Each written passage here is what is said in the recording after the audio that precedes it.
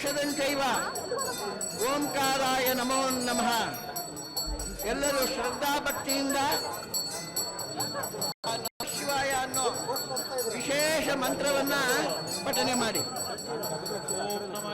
ಪಾದಾದಿಕೇಶ ಅಂತ ಸ್ವಾಮಿಯ ಪಾದದಿಂದ ಸ್ವಾಮಿಯ ಪೂರ್ಣ ಪೀಠವನ್ನು ಪೂಜಿಸಿದಂತಹ ಸೂರ್ಯ ಭಗವಂತ ಈಗ ಸ್ವಾಮಿಯನ್ನು ಸ್ಪರ್ಶ ಮಾಡ್ತಾ ಇದ್ದಾರೆ.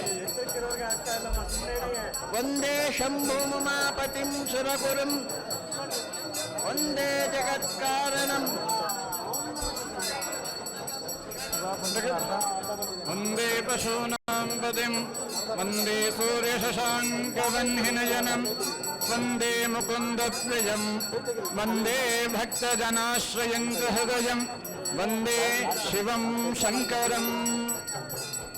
ಈಶಾನ ಸರ್ವವಿದ್ಯಾನಾಂ